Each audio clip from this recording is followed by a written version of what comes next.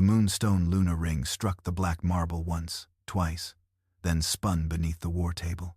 Elara Voss stopped outside the half-open door, winter grain accord pressed against her chest. Inside, Silvercrest Vale laughed softly, and Alpha King Cassian Thorn whispered the name he had forbidden himself for 7 long years.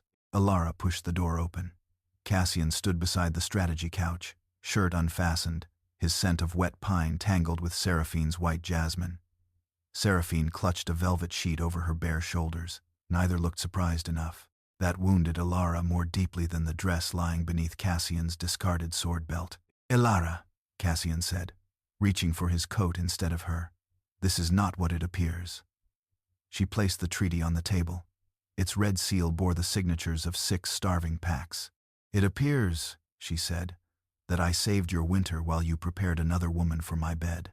Seraphine's fingers tightened around the sheet. Cassian's jaw hardened, relief replacing shame now that politics offered him armor. He said the council needed an heir, the Northern Alliance needed Seraphine, and Silvercrest needed Elara's hand. He called the betrayal a mistake, then asked Elara to protect the kingdom from scandal. "You will remain queen," Cassian said. "Seraphine will provide the bloodline. Nothing else has to change." Seraphine lowered her eyes, but triumph sharpened the corner of her mouth. Elara understood then. Cassian had not merely chosen another woman. He expected Elara to continue carrying the crown he had emptied himself. She removed the royal chain from her throat and set it beside the treaty. Her hands did not shake. Cassian watched her with the patience he used on petitioners. Certain anger would pass, and duty would reclaim her. He had mistaken her discipline for proof that she could never leave. "Elara," he warned, alpha command darkening his voice. "Do not turn one failure into treason." Pain flashed behind her ribs as their mate bond recoiled, but she lifted her chin. "Your failure entered this room before I did. My treason would be pretending Silvercrest is safe in your hands now." Seraphine stepped forward, wearing concern like perfume. "You should rest. By morning this can be handled privately." Elara looked at her once. "You may have his bed," she said. "But if you want my throne, learn the names of the villages that freeze first when the grain runs low there." She left them in silence. In the Eastern Archive, Elara opened a hidden compartment behind the tax ledgers. She took a copied pack ledger, her mother's moonstone pendant, a dark cloak, and the silver severance dagger. Everything else remained: jewels, gowns, portraits, and every gift Cassian had mistaken for devotion. Beneath Moonspire, the altar waited in a chamber smelling of dust and cold iron. Elara spread the severance paper across the stone. The law required blood freely given, a seal, and a declared breach of oath. Cassian had taught her those words, never imagining she would use them against him. She drew the dagger across her right palm. Blood welled bright, ran over the carved silver, and fell onto her name. The mate bond convulsed. Upstairs, Cassian staggered against the war table, finally feeling what she had chosen. Seraphine reached for him, but he flung her hand away without looking. Elara pressed the Luna ring into the blood and spoke clearly. "I sever my service from the man who broke our oath. I release Silvercrest from my protection until its king answers before law." The moonstone flashed white, then went dark. Throughout the palace, wolves felt their queen disappear entirely. Elara entered the abandoned grain tunnel and closed the iron gate behind her. She did not know council riders were moving, or that Malrek wanted the ledger more than her life. She only knew the road ahead crossed into Obsidian Vale, where Cassian's greatest rival already waited for her name. The abandoned grain tunnel narrowed beneath Moonspire, forcing Elara to run with one shoulder scraping stone. Behind her, alarm bells began striking across Silvercrest, each note announcing that the kingdom had lost its queen. She kept the blood-stained severance paper inside her coat, pressed beside her mother's moonstone pendant. Warm blood still slipped from her right palm, marking every iron rung as she climbed toward the forgotten northern storehouses alone. At the tunnel mouth, winter rain struck her face like gravel. The mate bond twisted under her ribs, punishing every step she placed between herself and Cassian. She bent over, coughing copper onto the weeds, but refused to kneel. Through the bond, Cassian's command reached her as pressure. "Return." Elara closed her bleeding hand around the pendant and answered the pull with silence. then followed a forgotten road northward alone. 2 hours later, torchlight appeared behind the trees. The first riders wore Cassian's silver wolf crest and shouted that they had orders to return her unharmed. Elara hid beneath a collapsed bridge, controlling her breath while their horses passed above. Their leader sounded frightened, not murderous. When the patrol vanished east, a second group emerged without banners, moving quietly and carrying black-fletched arrows stamped with the seal of Counselor Malrek. Elara's stomach turned colder than the rain. Cassian wanted her brought back. The council wanted whatever she carried silenced.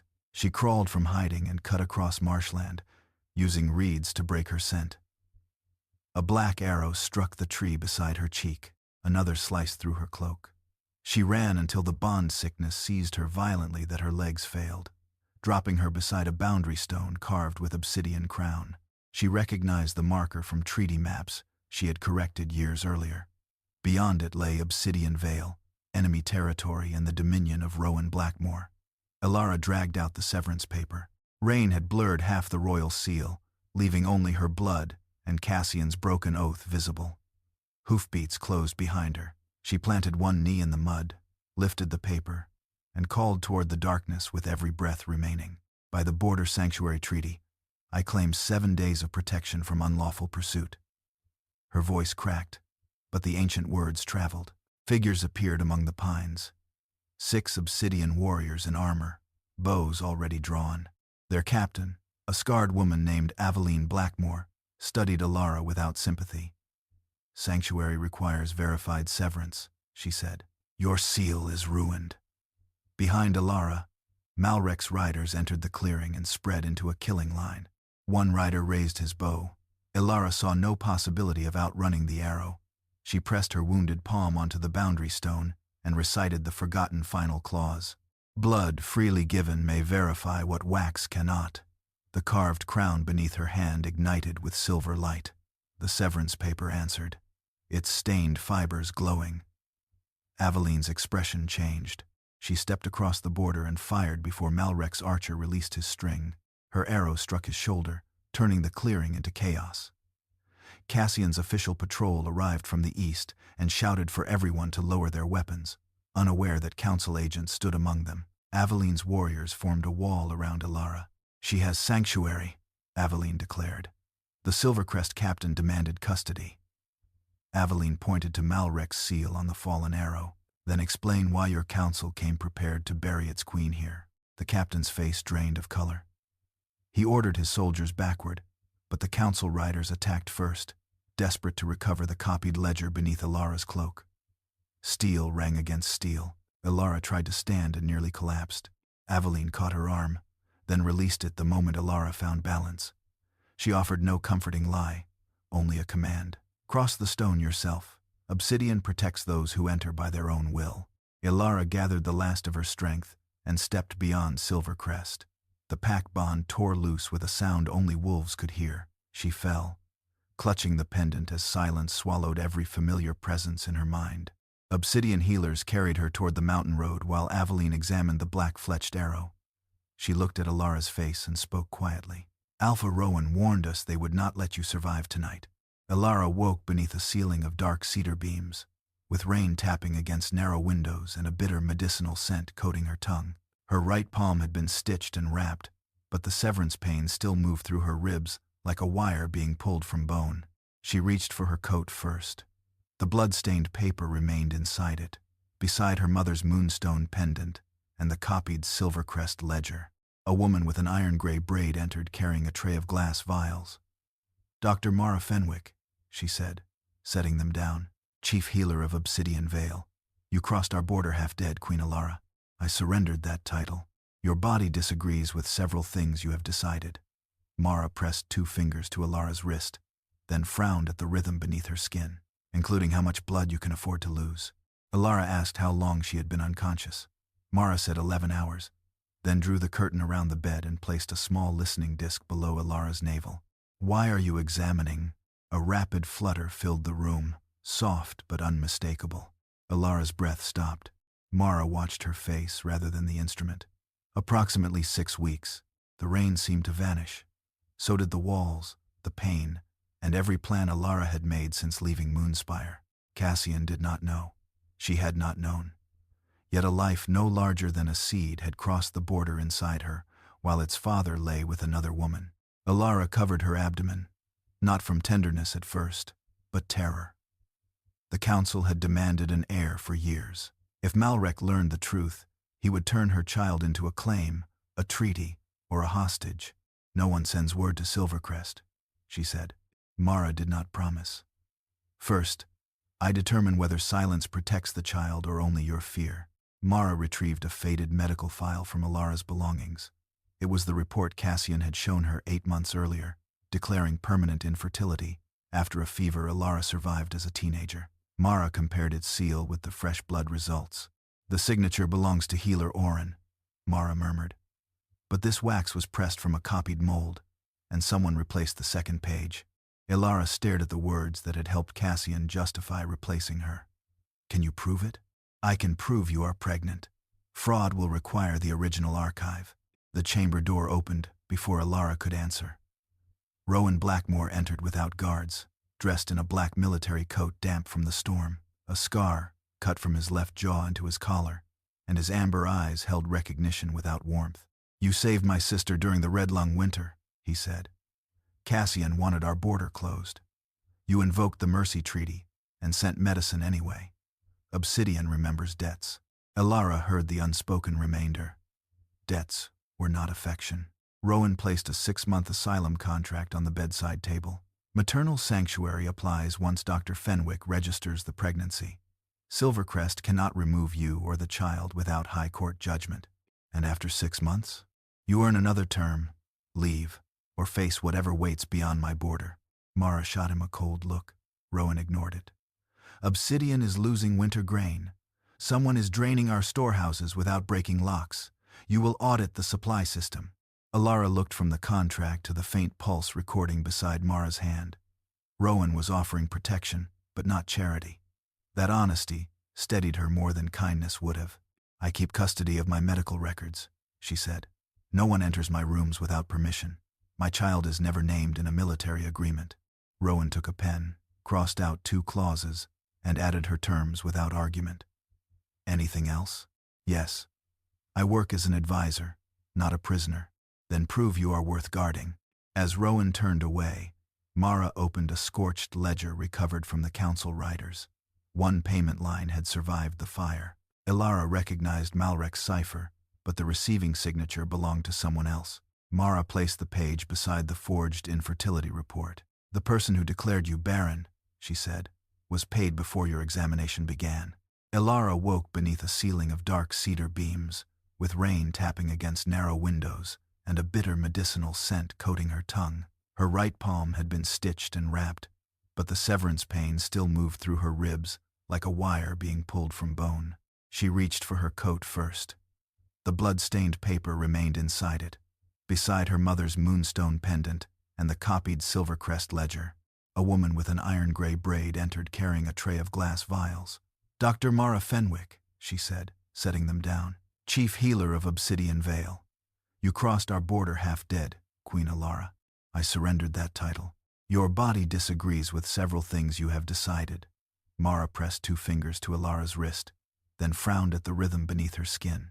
"Including how much blood you can afford to lose." Elara asked how long she had been unconscious.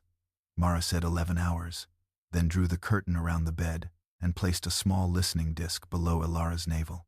"Why are you examining?" A rapid flutter filled the room, soft but unmistakable. Elara's breath stopped. Mara watched her face rather than the instrument. Approximately 6 weeks. The rain seemed to vanish. So did the walls, the pain, and every plan Elara had made since leaving Moonspire. Cassian did not know. She had not known. Yet a life no larger than a seed had crossed the border inside her, while its father lay with another woman. Elara covered her abdomen, not from tenderness at first, but terror. The council had demanded an heir for years. If Malrek learned the truth, he would turn her child into a claim, a treaty, or a hostage. "No one sends word to Silvercrest," she said. Mara did not promise. "First, I determine whether silence protects the child or only your fear." Mara retrieved a faded medical file from Elara's belongings. It was the report Cassian had shown her 8 months earlier, declaring permanent infertility after a fever Elara survived as a teenager. Mara compared its seal with the fresh blood results. "The signature belongs to healer Oren," Mara murmured. But this wax was pressed from a copied mold, and someone replaced the second page. Elara stared at the words that had helped Cassian justify replacing her. "Can you prove it?" "I can prove you are pregnant. Fraud will require the original archive." The chamber door opened before Elara could answer. Rowan Blackmoor entered without guards, dressed in a black military coat, damp from the storm. A scar cut from his left jaw into his collar, and his amber eyes held recognition without warmth. "You saved my sister during the Red Lung winter," he said. "Cassian wanted our border closed. You invoked the Mercy Treaty and sent medicine anyway. Obsidian remembers debts." Elara heard the unspoken remainder. Debts were not affection. Rowan placed a 6-month asylum contract on the bedside table. "Maternal sanctuary applies once Dr. Fenwick registers the pregnancy. Silvercrest cannot remove you or the child without high court judgment. And after 6 months, you earn another term, leave, or face whatever waits beyond my border." Mara shot him a cold look. Rowan ignored it. "Obsidian is losing winter grain. Someone is draining our storehouses without breaking locks. You will audit the supply system." Elara looked from the contract to the faint pulse recording beside Mara's hand. Rowan was offering protection, but not charity. That honesty steadied her more than kindness would have. "I keep custody of my medical records," she said. "No one enters my rooms without permission. My child is never named in a military agreement." Rowan took a pen, crossed out 2 clauses, and added her terms without argument. "Anything else?" "Yes. I work as an advisor, not a prisoner." "Then prove you are worth guarding." As Rowan turned away, Mara opened a scorched ledger recovered from the council riders. One payment line had survived the fire. Elara recognized Malrek's cipher, but the receiving signature belonged to someone else. Mara placed the page beside the forged infertility report. "The person who declared you barren," she said, "was paid before your examination began." 30 days later, Elara stood inside Obsidian Vale's largest granary, one hand resting protectively beneath her coat, while dust floated through shafts of morning light. The storehouse smelled of wheat, lamp oil, and something sour beneath both. Aveline watched from the doorway, arms crossed, suspicion sharpened in her amber eyes. Rowan had given her 1 month to explain why sealed rooms were losing 1/3 of their grain. The clan elders blamed Silvercrest raiders and demanded war. Elara ignored them, opened a barrel, and pushed her fingers deep into the kernels. When she withdrew them, black mold stained her skin. "Your locks are fine," she said. "Your measurements are not." She ordered the warehouse scales brought into the assembly courtyard. The keeper protested that a Silvercrest queen had no authority there. Rowan, standing among the elders, answered without raising his voice. "Then challenge her numbers, not her birthplace, before everyone." Before 200 wolves, Elara weighed 10 identical grain chests. 3 were lighter by exactly 40 pounds, yet every inventory sheet recorded the same total. She broke one false bottom with an iron hook. Beneath clean wheat lay rotting grain soaked in lamp oil to hide the smell from inspectors. Murmurs spread through the courtyard. The keeper accused her of planting evidence, but Elara placed the burned ledger beside the scale. Its surviving entries matched the missing weights, not the official counts. Aveline's expression changed first. She had expected clever excuses. Instead, Elara had uncovered a theft hidden inside arithmetic. The trail led to a merchant Varric, who supplied preservatives and controlled the western carts. Rowan ordered his arrest. Elara stopped him. "Arrest him now, and Malrek replaces him tomorrow. Let him believe the numbers still lie." Rowan studied her, then dismissed the guards. Aveline did not look pleased. That evening, Elara compared route maps beside Rowan's fire. He noticed her hand drift toward her abdomen when a cramp tightened. "You are carrying an heir and following smugglers," he said. "I am carrying a child," Elara corrected. "An heir is what powerful men call children they intend to own." Rowan's gaze hardened, though not at her. "Then no one in Obsidian will name your child without your permission." He pointed to the map. "Varric's shipment leaves at midnight. Aveline will follow it, Elara agreed, but fear gnawed at her. Council money had entered Obsidian before she crossed the border. Hours later, Elara slipped from the healer's wing wearing a gray cloak. She told herself she only wanted to watch the departure point, not pursue anyone. That lie lasted until Varric's cart turned toward an abandoned mining road instead of the western gate. Elara followed on horseback, alone and unarmed. Aveline caught her near the quarry and swore under her breath, "Do you always confuse intelligence with invincibility?" Before Elara answered, the cart stopped below. Men unloaded hollow grain boxes beside a ruined watchtower. One wore Silvercrest armor beneath his cloak. Another pressed Malrek's seal into fresh black wax slowly. A horse snorted behind them. Varric had doubled back. Aveline drew her knife, but 3 crossbows rose from the ridge. Elara stepped into view before anyone fired. She claimed Rowan had discovered the scheme and offered Varric one chance to surrender. It was a bluff, delivered with a queen's calm. Varric laughed and ordered the archers to kill them. Then Rowan's wolves emerged from the trees, answering Aveline's silent signal. Steel flashed. Elara ducked behind the cart as arrows struck wood. During the struggle, Varric burned a packet of orders, but Elara crushed the flame beneath her bloody palm instantly. Rowan arrived after the last smuggler surrendered. His anger was colder than shouting. He looked at Elara's reopened stitches, then at the hand, protecting her stomach. "You risked 2 lives to prove one theory." Elara met his stare, and the theory was right. That does not make the choice wise. Aveline unfolded the rescued order beneath torchlight.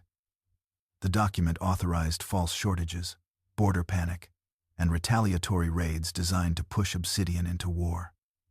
Malrek's cipher marked every page. At the bottom, beneath a supply seal, waited the signature. Elara knew better than her own. Cassian Thorn, dated 3 months earlier, 18 months after Elara crossed the Obsidian border. Winter sunlight warmed the council chamber where she balanced trade maps beside her 10-month-old daughter's cradle. Lyra slept beneath a gray wool blanket, one tiny fist curled around Elara's moonstone pendant. Around them, merchants argued over salt prices, road tolls, and damaged bridges. Elara listened until every voice exhausted itself, then rearranged 3 markers and saved 4 villages from another hungry season. Rowan stood near the hearth, silent while the elders approved her plan. He had learned not to interrupt when Elara was turning panic into arithmetic. Afterward, an elderly baker pressed bread into her hands and thanked her for keeping flour affordable. Elara smiled, but Rowan noticed the weariness beneath it. She was chief steward now, trusted across Obsidian, yet she still checked every warehouse personally and slept beside Lyra's door. Across the northern mountains, Silvercrest's great hall had grown colder. The Luna's chair remained beside Cassian's throne, officially reserved, practically abandoned. Seraphine occupied it during council meetings despite the moonstone ring refusing her touch. She smiled, while tax petitions accumulated and ration reports contradicted one another. When village leaders demanded answers, she suggested harsher collections. Cassian watched faces close and remembered how Elara knew every petitioner's name before they spoke. The kingdom's failures arrived slowly, then all at once. 2 vassal pacts suspended grain payments. Border soldiers went unpaid for 6 weeks. A bridge collapsed because repair funds had vanished into council accounts. Cassian opened Elara's old planning cabinet and found every disaster predicted in her handwriting, with solutions written beside each warning. He sat alone until dawn. Surrounded by proof, the woman he treated as replaceable had held Silvercrest. Seraphine found him there and accused him of mourning a traitor. Cassian asked why the northern treasury was empty. She blamed disloyal stewards, difficult weather, and Elara's unfinished systems. The answer angered him because Elara had never called a crisis unfinished. She had named its cause and accepted responsibility for fixing it. When Seraphine reached for his shoulder, Cassian moved away, leaving her hand above Elara's empty chair in silence. In Obsidian, Lyra woke crying before sunrise. Elara lifted her from the cradle and paced the frost-bright windows, whispering the names of constellations. The child's eyes were silver-gray, unmistakably Cassian's, though her dark curls belonged to Elara. Rowan entered with revised patrol budgets, stopped at the doorway, and waited until invited. Lyra reached toward his scarred face. He offered one finger, and she gripped it without fear, hesitation, or ceremony. Later, Rowan watched Elara settle a dispute between iron miners and caravan masters. She never raised her voice. She changed payment dates, adjusted escort duties, and made both sides believe they had protected their pride. "Cassian hid you behind a throne," Rowan said afterward. "He used me beside one," Elara replied. She looked toward Lyra's cradle. "There is a difference." Rowan understood that praise could wound when it resembled possession. 3 days later, a Silvercrest trade convoy requested passage through Ironwood Pass. Elara reviewed its manifest, because Obsidian now required her signature on all winter commerce. The document listed medicinal salt, lamp oil, and seed grain, but one column contained a routing code she had created years before. No Silvercrest steward living should have known it. She signed E. Voss, approved the convoy, and ordered Aveline to follow the messenger. The manifest reached Cassian during a midnight council session. He recognized Elara's precise handwriting before he read the name. For several seconds, the room tilted around him. She was alive. She had been alive while he searched forests, bribed informants, and told himself her silence meant death rather than refusal. Malrek advised, confiscating the convoy. Cassian folded the paper and ordered every Obsidian shipment left untouched from that moment forward. By dawn, his spies delivered a festival photograph taken outside Blackthorn Hall. Elara stood beneath Obsidian banners, stronger than memory, holding a dark-haired child against her shoulder. Rowan Blackmoor stood beside them, not touching Elara, yet guarding her space with terrible certainty. Cassian enlarged the image until the child's face blurred. Silver-gray eyes stared back at him. His wolf recognized her blood before reason did. He finally whispered, "My daughter."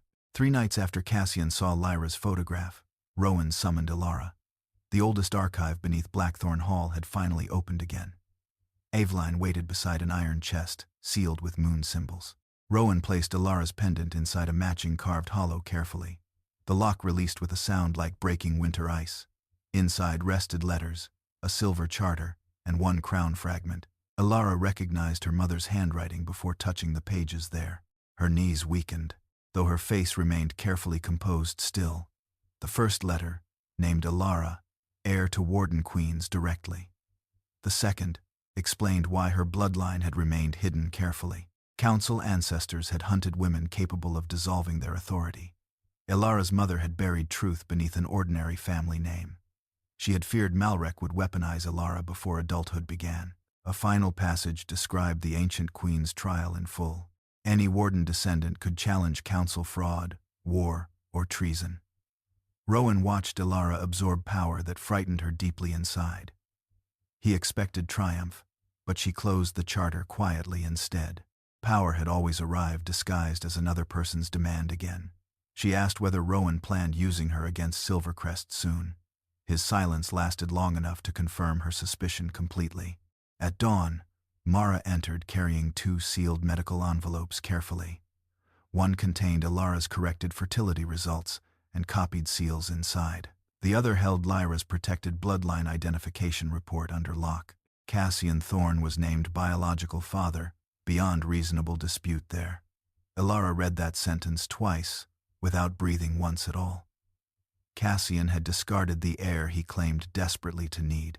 Rowan reached toward her, then stopped before making contact entirely. That restraint steadied Elara more than any comforting embrace could. She ordered every result sealed under maternal sanctuary without delay. Lyra would not become evidence before becoming a child first. That afternoon, Rowan summoned Obsidian's full pack assembly before sunset. Elara entered expecting another negotiation about borders and grain routes. Instead, healers, merchants, widows, and soldiers surrounded her in silence. Rowan stood below the platform, rather than above everyone else. He did not announce Elara as his chosen queen publicly. He asked Obsidian to judge what she had built already. Mara spoke first, describing medicine purchased through Elara's reforms alone. Miners praised safer contracts, and families praised fuller tables openly. Aveline described the smuggling ring Elara had uncovered without reward. A widow raised her fist and nominated Elara Voss queen. The chamber thundered as hundreds struck fists against chests together. Elara looked at Rowan, searching for concealed triumph in him. She found tension, hope, and fear of her refusal there. He had arranged nothing except the opportunity for judgment itself. Elara demanded authority over trade, sanctuary, children, and justice directly. She also demanded freedom from compulsory mating or marking forever. Rowan accepted before the assembly could even begin debating anything. The vote passed with only 7 elders opposing her candidacy. They carried the ancient moon crown from its case, slowly. Its black silver brightened when Elara touched it with blood. A crescent mark flared beneath her left shoulder blade suddenly. Mara gasped, recognizing the hidden Warden bloodline sign at once. Elara felt ancient power answer without controlling her will completely. She knelt because tradition asked, not because Rowan commanded her. When she rose, Obsidian bowed to its elected queen together. Rowan remained standing until Elara offered her hand to him. Their fingers met briefly, equals before witnesses and law alone. No mate bond formed, and no crown required one either. For once, power arrived without demanding Elara surrender herself again. Then the outer doors opened beneath urgent pounding from guards. A Silvercrest messenger entered carrying Cassian's royal council notice sealed. He refused kneeling until Aveline forced one knee downward hard. The notice invoked an ancient claim upon royal heirs abroad. Cassian demanded Lyra's return for bloodline examination and registration immediately. Until judgment, Silvercrest claimed authority over her residence and custody. Elara's new crown suddenly felt colder against her temples then. Rowan reached for the notice, but Elara stopped him calmly. She read every clause, while the assembly waited in silence. Cassian never called Lyra daughter anywhere within the demand itself. He called her the succession property of Silvercrest crown instead. Seraphine received news of Elara's coronation before sunrise, and by breakfast she had transformed fear into performance. She entered Cassian's council chamber, wearing white mourning silk and carrying a sealed medical report. With trembling fingers, she claimed she had once carried his child, only to lose it after Elara's disappearance destabilized the kingdom. Cassian read the page without touching her, while Malrek urged immediate war against Obsidian Vale that morning. Seraphine had expected Cassian to protect her from questions. Instead, he asked why no royal healer had recorded the pregnancy. She answered that Malrek arranged private treatment to prevent scandal. The explanation might once have satisfied him. Now he remembered Elara's forged infertility file, the vanished treasury, and his own convenient silence. He ordered the palace archives opened, and every healer detained for testimony before noon the following day immediately. Deep in the archive vault, Cassian found a corridor recording preserved by an obsolete security crystal. Blue light flickered across the wall as Malrek handed Seraphine an envelope outside the royal infirmary. Her voice emerged thin but clear. A child who never existed can still start a real war. Malrek replied that grief would make Cassian obedient. Cassian watched himself enter the infirmary minutes later and sign papers without reading. The truth did not absolve him. It stripped away his last excuse. Malrek had built the lie, and Seraphine had performed it. But Cassian had chosen not to question anything that justified what he wanted. When Seraphine entered the vault, he placed the frozen image between them. Her tears stopped instantly. She admitted she had never been pregnant. She only wanted the title, protection, and recognition her father had denied her. At Obsidian, Aveline intercepted 3 supply wagons bound for the Unity Conclave. Their seals appeared Silvercrest Royal, but Elara noticed fresh wax covering older impressions. She ordered the crates opened before witnesses. Beneath flour and dried meat lay silverbane vials packed in straw. One shattered against stone, releasing the bitter scent of almonds. Every wolf recoiled. Mixed into banquet bread, it would kill hundreds before blame reached Obsidian first falsely. Elara compared the wagon orders with the document rescued at the quarry. The routing codes matched, as did Cassian's authorization. Rowan argued the signature might have been copied. Elara examined the pressure marks and shook her head. Cassian had signed both orders personally. Malrek had supplied the purpose, yet Cassian's carelessness had supplied legality. Her anger sharpened because the man demanding their daughter had failed to read what he ruled. That night, Seraphine tried to flee Moonspire with jewels and council correspondence. Cassian's guards stopped her at the eastern gate. Cornered, she abandoned softness. She accused Cassian of using her exactly as he had used Elara. She said he wanted admiration without challenge, a fertile body without partnership, and obedience without truth. Cassian could not deny it. He ordered her confined, then kept the cruelest accusation for himself alone afterward. Elara gathered Rowan, Aveline, and Mara inside the war chamber. She laid out the fake pregnancy report, the security transcript, the poisoned vials, and Cassian's signed orders. Together, they proved the council intended to murder delegates, provoke retaliation, and seize Lyra during the resulting chaos. Elara announced she would attend the conclave and invoke warden authority. Rowan immediately said Obsidian would accompany its queen home in force if necessary together. Elara refused an army. Too many frightened wolves would mistake protection for invasion, giving Malrek the war he desired. She planned to enter under diplomatic immunity, present evidence, and challenge the heir claim publicly. Rowan listened, then asked why she had prepared secret travel papers without telling him. Elara admitted she feared he would forbid the journey. His amber eyes cooled. Cassian confused love with permission, he said. I won't. Rowan placed the obsidian crown case before her and opened it. Go as Warden Queen, Elara, or remain here as Lyra's mother. Both choices are yours. She lifted the black silver crown herself. At Moonspire, Cassian ordered the heir claim suspended, but Malrek sealed it before the order reached court. Elara burned the council notice and watched its ashes rise. They want Silvercrest's heir. They will face its queen instead. Moonspire's gates opened beneath a sky the color of forged steel. Obsidian's black banners advanced through the outer courtyard, followed by healers, guards, and witnesses carrying sealed evidence. At their center rode Elara Voss in black silver armor, the obsidian crown resting above her calm face. Rowan rode beside her but did not lead. Silvercrest's wolves bowed, remembering the queen they had allowed to vanish 4 years earlier in silence. Cassian waited on the palace steps, wearing the high crown and an expression Elara once knew better than her own. The severed bond struck both of them, the instant their eyes met.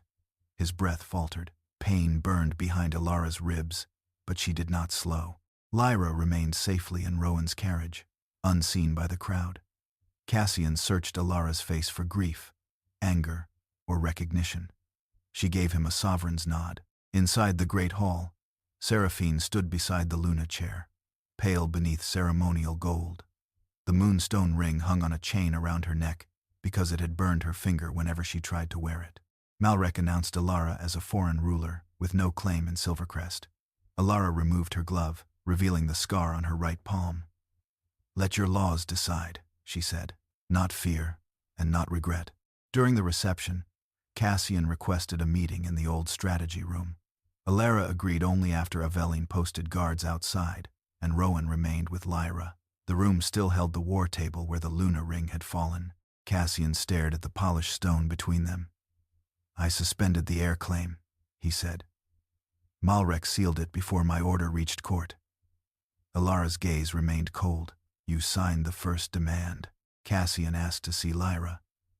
Elara answered that every discussion concerning her daughter would proceed through sanctuary law, not the mate bond or command. His wolf pushed against the frozen tether, desperate for proof, but Elara stood unmoved. She is not a succession asset, she said.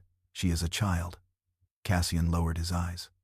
For the first time, the king of Silvercrest looked less powerful than the chair behind him. That evening, Unity Conclave delegates gathered beneath chandeliers of carved moonstone. Seraphine entered, wearing the Luna ring openly, daring the hall to accept her. When she lowered herself into Elara's chair, the ring flashed blue-white and froze against her skin. Seraphine screamed, tearing at the chain. Malrek called it sabotage. Elara crossed the floor, caught the falling ring, and a drop of blood touched its stone. Light filled the hall. Silver radiance traveled from the ring to Elara's left shoulder. Beneath her gown, the warden crescent ignited, visible through cloth like moonlight beneath water. Elders recoiled. Rowan did not move toward her. He simply watched every exit. Malrek's face lost color before he recovered enough to declare the display fraudulent. Elara raised the ring without placing it on her finger. Recognition is not possession, she told the silent hall tonight. Aveline presented diplomatic records proving Elara's elected crown and immunity. Mara produced medical summaries, confirming maternal sanctuary, without revealing Lyra's report. Several delegates demanded the heir claim be dismissed. Malrek answered by invoking the ancient seizure clause, arguing that any unregistered royal child must remain inside Silvercrest until lineage examination ended. Cassian rose to revoke it, but the council's enchanted seal rejected his command. Malrek had limited the king's authority. A guard captain entered and whispered to Aveline. Council soldiers had surrounded the guest wing where Lyra slept. Rowan's aura darkened, shaking goblets across the tables, but Elara caught his wrist before he ordered an attack. War was exactly what Malrek wanted. She handed the ring to Mara, lifted her chin, and walked toward the doors. Cassian followed, shame battling fury. Seraphine smiled because she thought Elara had finally lost. At the center of the hall, Elara drew the silver severance dagger from beneath her cloak. The blade had opened her palm when she vanished. She pressed its point to the Warden Charter, and letters blazed across the page. Under blood, oath, and Queen's standing, she declared, I summon a Queen's trial. Every seal cracked at once. The first accused, Elara said, meeting Malrek's stare, is the High Moon Council. Moonlight flooded Great Hall as ancient seals locked every doorway. Council soldiers froze, unable to enter Lyra's protected guest wing. Elara stood beneath the blazing charter, dagger bloodied, shoulders steady. Malrek recovered first, laughing as though law were theater tonight. He accused Obsidian's queen of treason against Silvercrest's crown itself. Elara answered by opening the Warden Charter before assembled packs. Treason requires loyalty, she said, and Silvercrest broke oath first. Mara approached, carrying the forged infertility file inside crystal casing. She showed copied wax, altered pages, and mismatched healer signatures. Seraphine claimed Elara had bribed Mara after fleeing Silvercrest borders. Mara calmly produced archived samples dated years before Elara vanished. Their seals matched perfectly.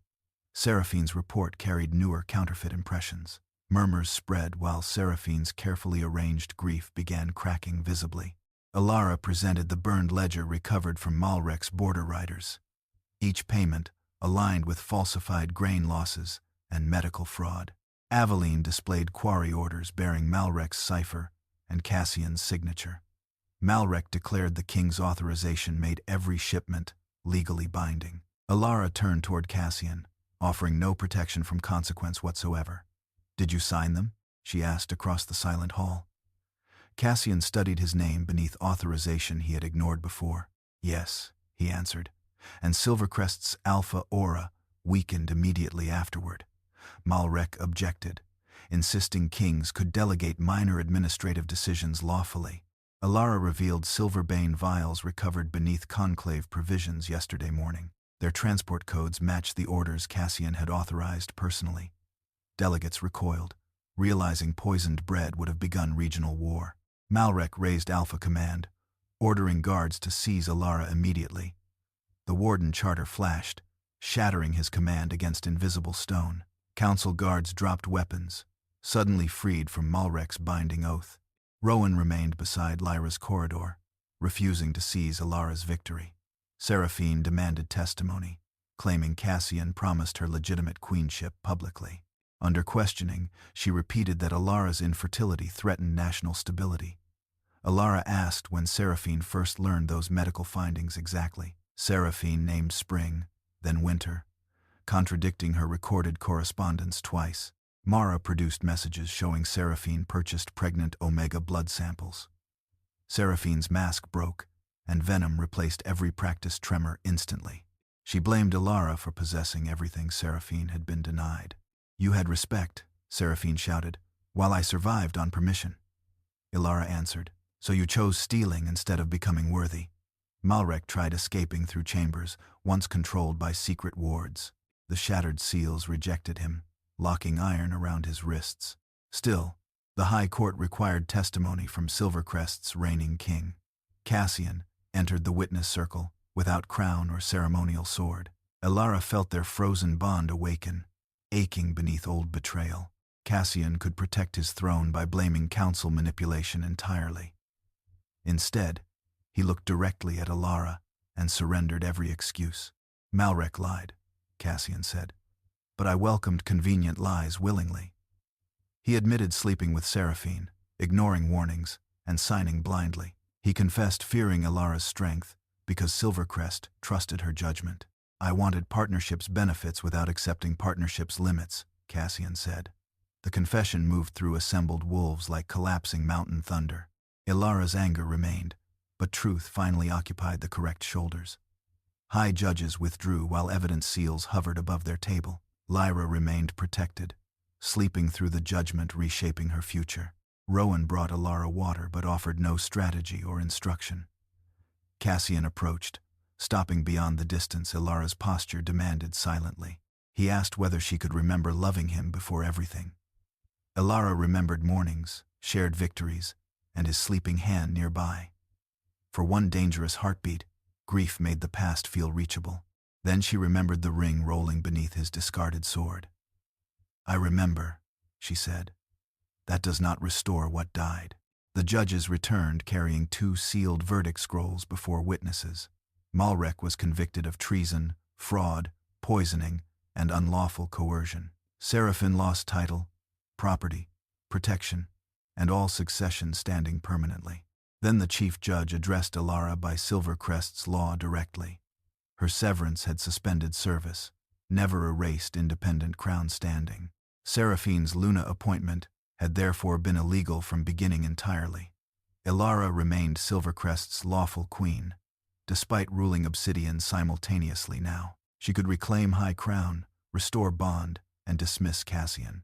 Attendants placed Silvercrest's silver crown beside Obsidian's black one carefully. Every witness watched Elara face 2 kingdoms and 1 choice. Elara stood between the silver crown of Silvercrest and the black crown of Obsidian, while the great hall waited for her answer. Cassian remained below the dais, stripped of sword, title, and every defense except remorse. Rowan stood farther back beside the protected corridor, giving her the one thing no ruler had offered before: space. Elara lifted Silvercrest's crown first. A tremor moved through the gathered packs. Cassian's eyes filled with desperate hope, but she carried it past him and placed it before the chief judge. This crown belongs to a kingdom, she said. It does not belong to my marriage. Under warden authority, Elara dissolved the High Moon Council and ordered elections for representatives from healers, warriors, merchants, farmers, and the 7 vassal packs. Malrek shouted that wolves required rule. Iron restraints tightened around his wrists when he tried to invoke command again. Seraphine said nothing. Without jewels, perfume, or rank, she looked smaller than the woman who had once entered Cassian's bed. The judges sentenced her to Silverglass Keep and seized her estates to compensate poisoned villages.